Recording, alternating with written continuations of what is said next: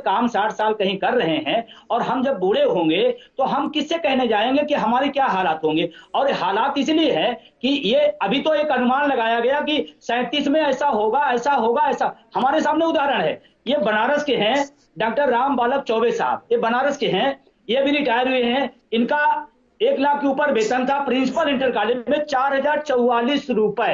ये 4044 रुपए। ये 13 साल नौकरी किए, 80,000 वेतन था इनका। पेंशन एनपीएस में शून्य है, शून्य है। ये 83,000 इनका पेंशन था, इनकी मिल रही 2,500 रुपए मिल रही है। ये प्रयागराज से है।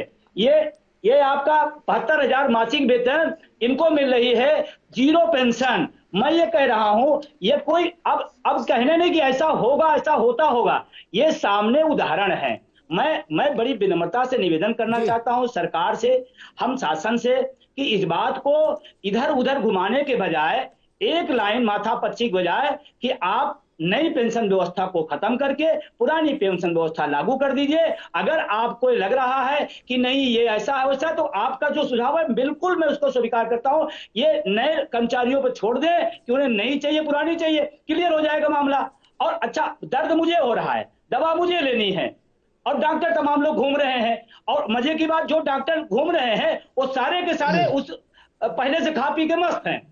चाहे वो कर्मचारी नेता हो, वो चाहे शासन में बैठे लोग हो, सबके सब मस्त नहीं, हैं। मेरी सबको आपत्ति ठीक एक नहीं, तो मैं व्यक्ति। तिवारी से जवाब ले लूं। जो बात आपने उठाए हैं कि इतनी तनख्वाह थी, इतनी पेंशन क्यों बनी, एक टिप्पणी करूंगा। डॉक्टर के पेट में दर्द वो खा रहा हजमोला, और मरीज से करा तुम्हें जबरन पुदीन हरा खिलाऊंगा और नहीं तो मारूंगा। अरे भाई क्यों खिलाएंगे पुदीन हरा? बात आप हजमोला खाएंगे बात उसको सही पुदीन कह हरा रहे हैं। खिलाएंगे? नहीं, उसको भी हजमोला खिलाइए, नहीं तो वो खुद तय नहीं, कर लेगा वो क्या आज वाले खाएगा। की बात तो आप हो रही है। ठीक जयंत तिवारी, रुको, आज अरे बात, देखिए अरे भाई रुको। आपके साथ अरे तो भाई बड़ी मान्यवर गड़बड़ है, आप बड़ी गड़बड़। आप बड़े महान नेता हो।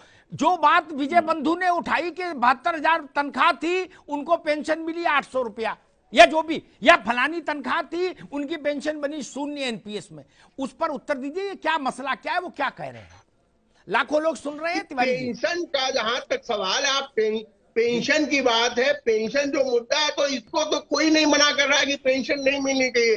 जब माननीय तिवारी जी, पेंशन आपने पा रहे हैं, आपने एमपी पा तिवारी जी, रहे हैं, विधायक पा रहे हैं, पेंशन आपने भी अच्छी है, कहा तो था कि पहले उन पेंशन लोगों को मिलनी चाहिए, बोलना फिर चाहिए। आप वो लोग कहां से नहीं बदल गए बोलते हैं। आप? लेकिन कर्मचारी के साथ और भी समस्या है, और भी कर्मचारी हैं। सर सर, आप एक जिसको मिनट, चाहते हैं आज उसको पेंशन की बात 65 हो रही साल है। कर नो नो देते हैं। नो, हम कहते हैं तिवारी जी, कर्मचारियों आज का जो पेंशन की होता बात है हो रही है। 65% आप आज इधर नहीं, उधर आज घुमाइए पेंशन की नहीं। बात है तिवारी, अभी आज भी बात आज है आज पेंशन की माननीय बात हो रही है, मुख्यमंत्री इधर नाम उधर के घुमाइए नहीं। 65 से लेकर नो। के दोस्तों ये पहली बार ऐसा नहीं हुआ है कि जब कोई प्रवक्ता न्यूज़ चैनल में डिबेट करने आता है और उससे पुरानी पेंशन बहाली मुद्दे पर जब सवाल दागे जाते हैं कि बड़े-बड़े माननीय जो 10 दिन के लिए भी पद लेते हैं तो उनको पेंशन स्टार्ट हो जाती है और वहीं एक कर्मचारी जो पूरी सर्विस करता है उसको पेंशन एक पेंशन देने के लिए भी सरकार के पास अनेकों समस्याएँ निकल के सामने आ जाती हैं।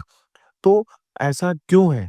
तो देखा होगा आपने जवाब सुन लिया होगा कि कर्मचारियों के पास एक समस्या नहीं, कर्मचारियों के पास अनेक समस्याएँ हैं और भी कई चीज़ें उन्होंने इस डिबेट में जैसे कि बोली और थोड़ा-सा ये भी दिखा कि वो थोड़ा नाराज़ होते हुए, गुस्सा करते हुए दिखाई देने लगे।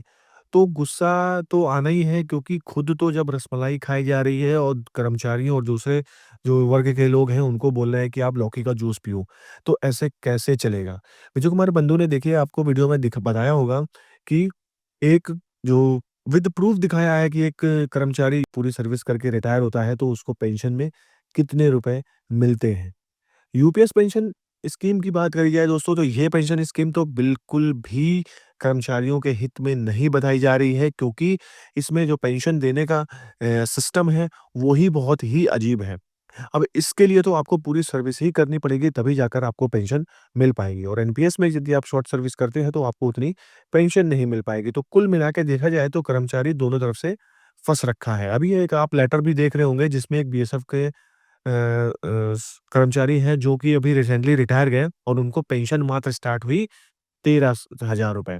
अब 13,000 में जहाँ देखा जाए तो उनका जो सैलरी था वो 70,000 के करीब था और पेंशन कितनी मिल रही है 13,000 रुपए। तो वो 13,000 में किस प्रकार से कार्रवाई करेंगे, अब वो किस प्रकार से अपना जीवन यापन करेंगे, तो ये दोस्तों तो एनपीएस के अंतर्गत आने वाला कर्मचारी जो अभी पेंशन ले रहा है, वही समझ सकता है कि ये प्रॉब्लम किस प्रकार से होती है। बाकी जो ओपीएस का लाभ ले रहे हैं वो समस्याएँ ऐसी उनको नहीं दिखेंगी, ना ही वो इन समस्याओं को कभी समझ सकेंगे। तो फिलहाल दोस्तों देखना बाकी यही है कि अभी होता आगे क्या है।